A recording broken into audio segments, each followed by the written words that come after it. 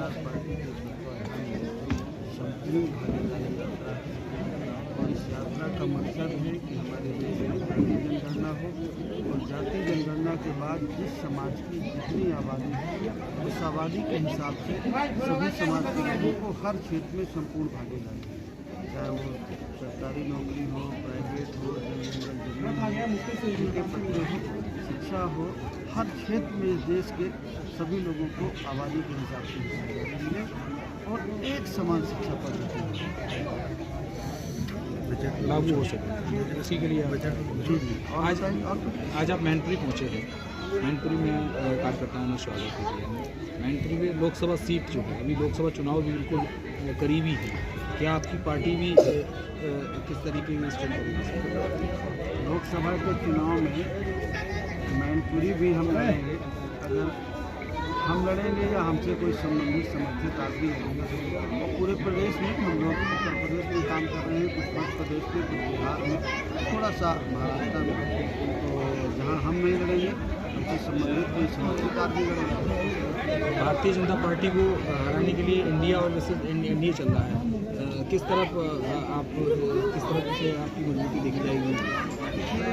हमारा फिलहाल तो न लेना देना है कोई इंडिया से और न लेना देना है किसी से, हमारी किसी से कोई बात नहीं, लेकिन हम ये जानते हैं कि भाई बीजेपी की 9-10 साल की सरकार है, थोड़ा रिजर्वेशन में भी कंसेशन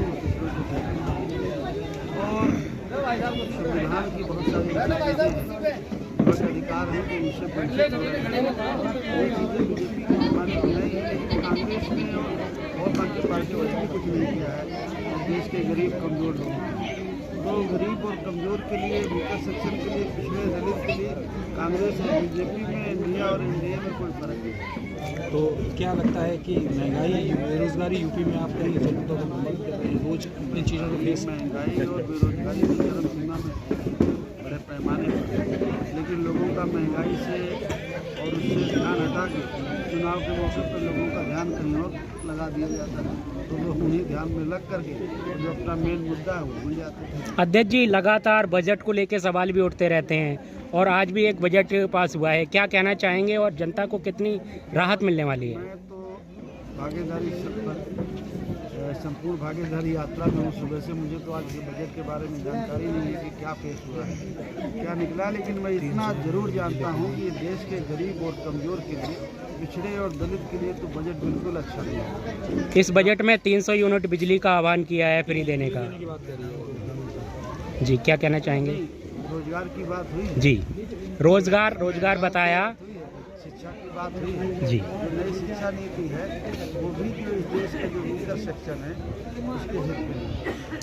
महिलाओं को दमता का बढ़ावा देने के लिए इसमें छूट दी गई 40%। नहीं, ये तो सबका साथ सबका विकास तो बहुत दिनों से चल रहा है, ऐसा हुआ क्या? तो क्या लगता है मौजूदा सरकार जो अभी है सत्ता में, क्या वादे पूरे नहीं कर रही है? ये आप बताओ अगर पूरे कर रही हो, मेरी समझ से तो नहीं। जी, सत्ता में अगर अपनी पार्टी आती है उभर कर, तो फिर जनता के लिए कितना लाभ देंगे आप? हम तो अभी कोशिश कर रहे हैं, हमारा छोटा संगठन है, लेकिन हमारी जो विचारधारा है संपूर्ण भागीदारी की और एक समान शिक्षण पद्धति, अगर आप उसको संपूर्ण भागीदारी में जाएंगे तो सारी चीज़ें समाहित हैं जो बाबा साहब अम्बेडकर ने संविधान में लिखा 26 जनवरी 1950 को लागू हुआ, तो इस देश के सभी लोगों को, हमको, आपको, सबको समान अधिकार है, वो आज तक नहीं लागू। हम तो संविधानवादी हैं, जिस दिन हमें मौका मिलेगा तो हमें कुछ नहीं करना, संविधान को पूरी तरह लागू करेंगे। जब संविधान लागू हो जाएगा पूरी तरह सबके हेल्प। पूरे देश में एक वोटर्स पार्टी चल रही है जिसके तहत लगातार आवाज़ उठाई जा रही है कि वोटरों को उनका हक दिया जाए, पेंशन दी जाए। ये नहीं मालूम है। पीडीए, समाजवादी पार्टी पीडीए यात्रा भी निकाल रही है, अब उनको कैसे याद आ गया?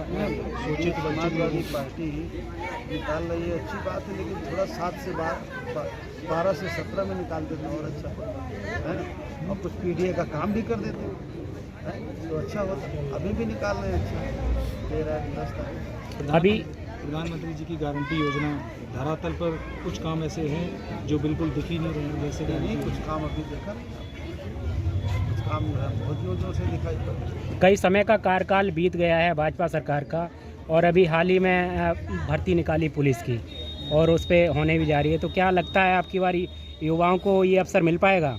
चलिए अच्छा हो मिल जाए। निकाला पिछला जो शिक्षा भर्ती थी 69,000 में, उसमें तो 18,000 पद ओबीसी के बच्चों के नहीं मिले जी।